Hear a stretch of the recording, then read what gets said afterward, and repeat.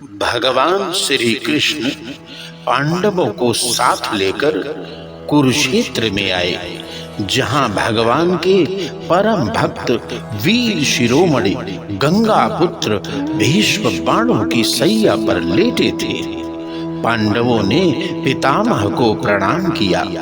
पितामह ने पांडवों को चिरंजीवी होने का आशीर्वाद दिया और पूछा, अर्जुन, कृष्ण कहाँ है?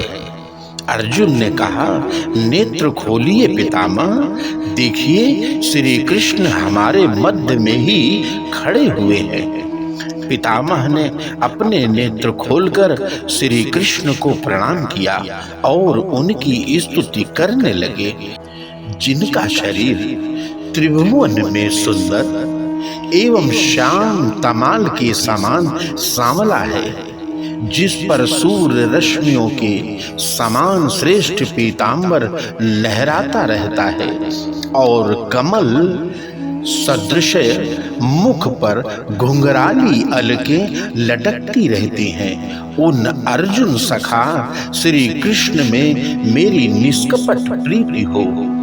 भीष्म पितामह बोले, प्रभु, युद्ध में जब आप सारथी बने थे, उस समय अर्जुन के कहने पर आपने अर्जुन का रथ दोनों सेनाओं के मध्य खड़ा कर दिया था।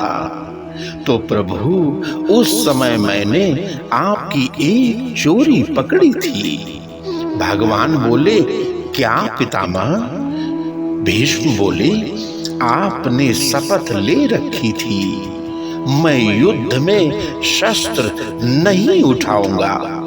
अरे, आपको शस्त्र की भी क्या आवश्यकता है?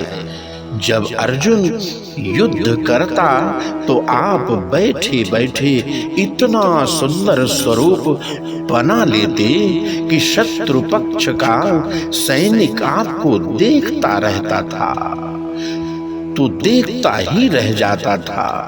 आपकी एक मुस्कान ही शत्रुओं को मोहित कर देती थी और वे अपना बल भूलकर आपसे अपने हृदय लगाने को विवश हो जाते थे। आपके नेत्र उनको युद्ध करना भुला देते थे। इसी अवसर को पाकर अर्जुन उसका वध कर देता। अरे, आप बैठे बैठे ही शत्रु पक्ष के सैनिक की आयु का हरण कर रहे थे।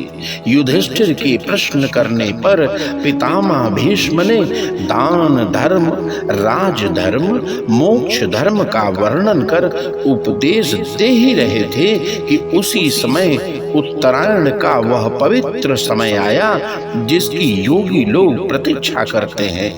भीष्म पितामह श्री कृष्ण से बोले, हे माधव, जब तक मैं अपने इस शरीर को छोड़ न दूं, तब तक आप प्रसन्न मुख से हंसते हुए चतुर्भुज धारण कर मेरे सामने खड़े रहें।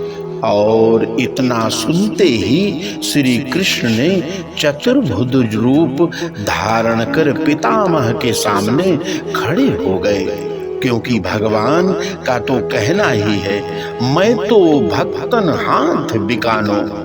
पितामह ने अंतिम समय में भगवान के चतुर्भुज रूप का दर्शन किया और अपने प्राणों को श्री कृष्ण के चरणों में विलीन कर दिया।